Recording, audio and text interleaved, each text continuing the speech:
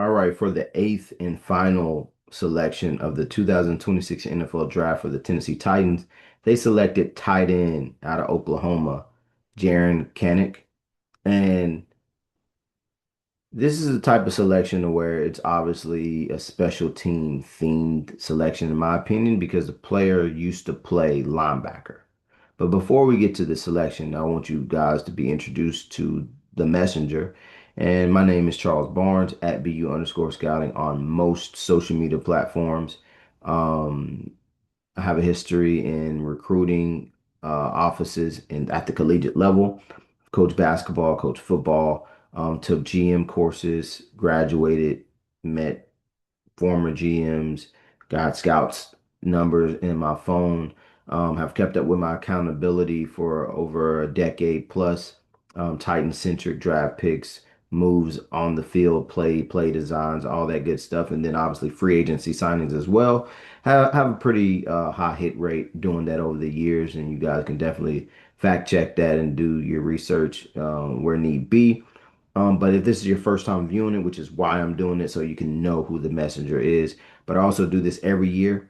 Tennessee Titans selections, all of their selections, I go through them, give the eval, good, bad, role projection. And then I also have another series that I'll be doing after this of the selections that I would have picked in real time for accountability purposes, because that's what it's all about for me and improving my process. But for Jared Kanak, tight end out of Oklahoma.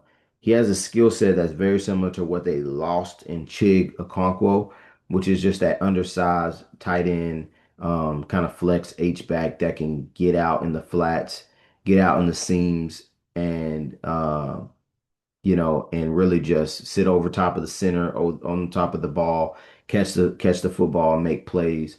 Almost like an extension of the run game at times. Um, and just really just make plays like that. I don't think he's the player that Chig is. I think that they have similar skill sets, but that's kind of what he is. Just an undersized guy that can run.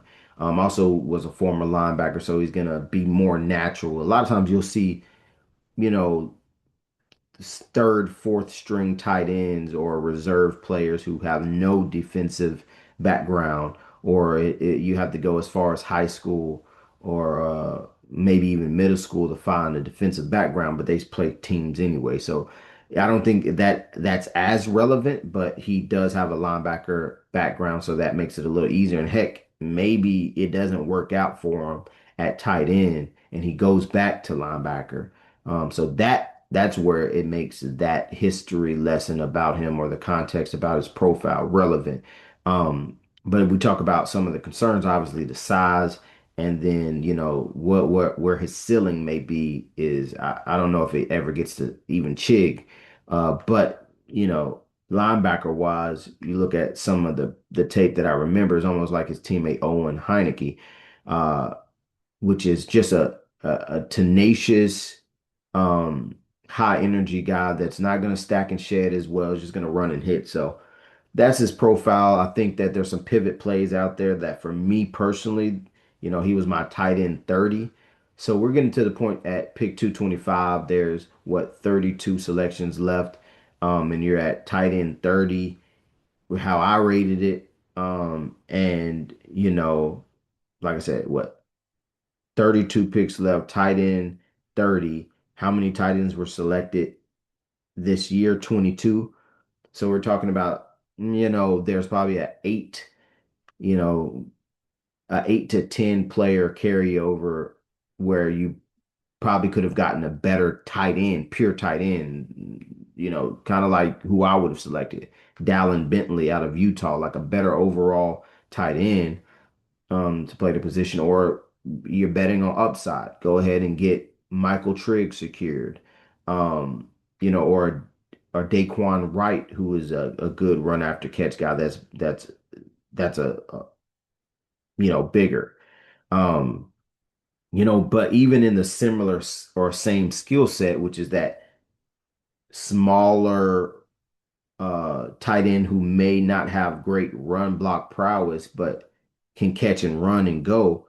I don't even think Connect was necessarily the best tight end even at the skill set. I mean, there's John Michael Gillenborg. There was Rohan Jones out of Arkansas, Gillenberg's out of Wyoming. Like these players were even, still available and you could have selected them. So that's why I'm more led to believe it's more like hey, more natural on special teams. And hey, if it doesn't work out, you can legit be moved to linebacker. So there's some versatility there. So I get it, but just not the direction that I would go with. Because if I want a linebacker, I'm just going to sign a linebacker, right? I know that's another roster spot, but it is what it is. So, um, a lot, like I said, day three is where you just go and get guys that you like throughout the process, and hey, that's their prerogative, like I've said before. But I think now you guys will be able to see the route that I would have taken with this next video series coming up, Barnes University, and who I would select. But that concludes the 2026 NFL Draft Tennessee Titans player evaluation analysis video from me, at least this series, at least this time frame. So stay tuned for the draft picks in my series of Barnes University BU at BU underscore scouting of who I would have taken. Let's go. I'll see you on the next one.